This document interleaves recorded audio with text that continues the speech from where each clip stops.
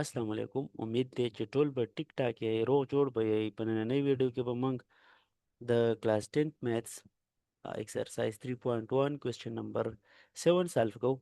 د question number 7 statement دی که چېرته r inversely proportionally p power 3 ته او بیس انفارمیشن راکړي چې p is equal to 9 وي کله چې موږ سره r 2 وي، نو بیا یې څه غوښتي دي چې دا څیزونه معلوم کړي. خو زه اول څه کوم چې دا کم انفارمیشن ګیون دي دا زه لیکم. سلیوشن ګیون کې موږ سره څه دي؟ ګیون دي چې دا آر دا انورسلی پروپورشنل دی پی پاور 3 ته. ټیک ده؟ نو د دې نه زه څه کولی شم؟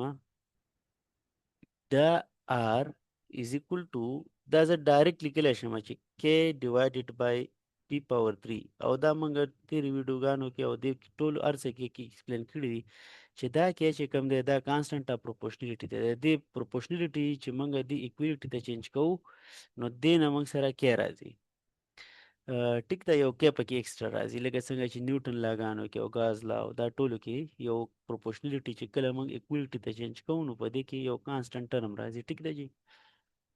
اوس نور انفارمیشن څه دي چې p is equal to 9 when r is equal to 2، نو دا ویلیو به موږ پټ کوو.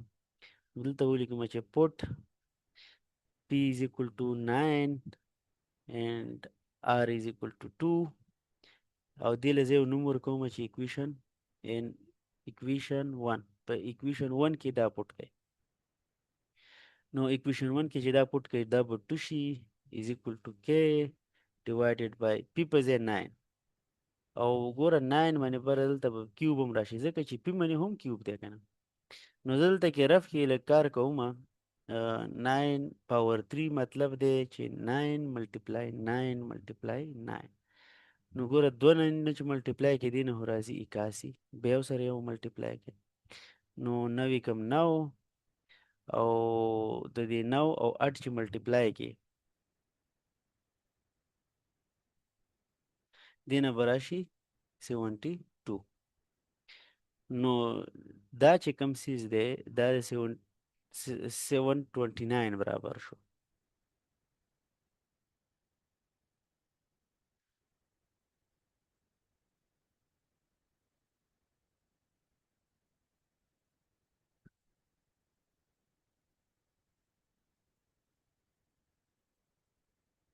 ښه جي، نو دا به زه داسې ولیکم چې دا 2 is equal to k divided by 729. نو زه خو کې معلوموم دا یو، نو دې د وجې به زه دا ختموم ډیویژن کې دی، نو دا به بوت ساید ملټیپلای کړم. دې خوا چې ملټیپلای کړم دې نه به راشي 1458 is equal to دې خوا چې ملټیپلای کړم به کینسل شي جسټ ا به پاتې شي، کې به پاتې شي. نو کې ما ولیکو، دا کې مې لږ ګډوډ ولیکه، دا بس کلیر کړم. دا موږ سره د کې ویلیو راووته.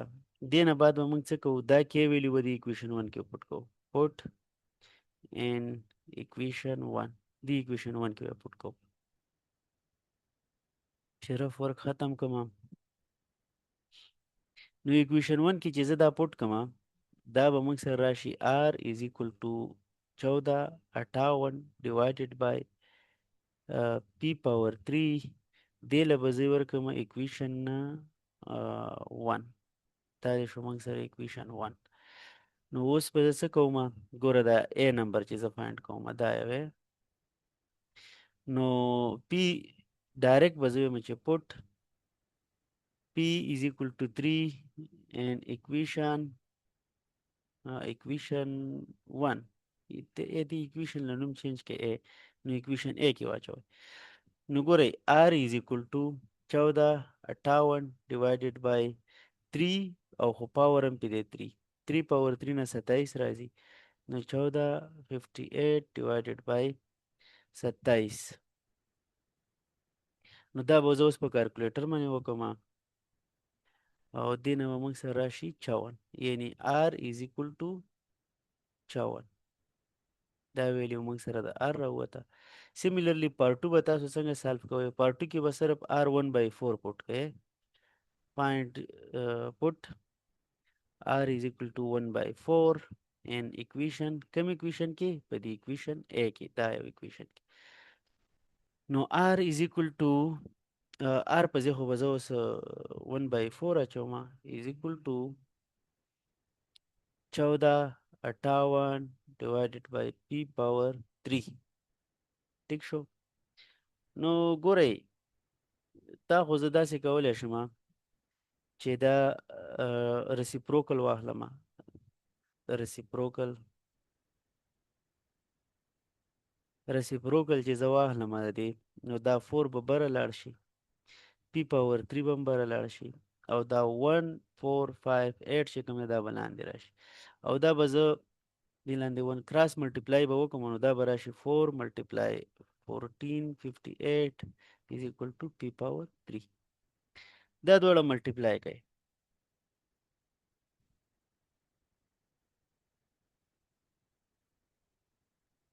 دینه به راشي 5832 is equal to p power 3. او اوس به دا پی معلومول دي موږ ته پی پاور 3 نه دی معلومول نو کیوب روټ به واخلئ. نو کیوب روټ چې واخلئ دلته کې زه لیکم ټیکینګ کیوب روټ به څنګه اخلئ ګوره په دې به 1/3 پاور واخلئ 5832 هول پاور 1/3 is equal to پی منه چې پی پاور 3 منه چې 1/3 پاور اخلي نو جست به پی راشي. چې په دې چې کیوب روټ واخلئ موږ سره راشي دې نه 18 نو p is equal to 18.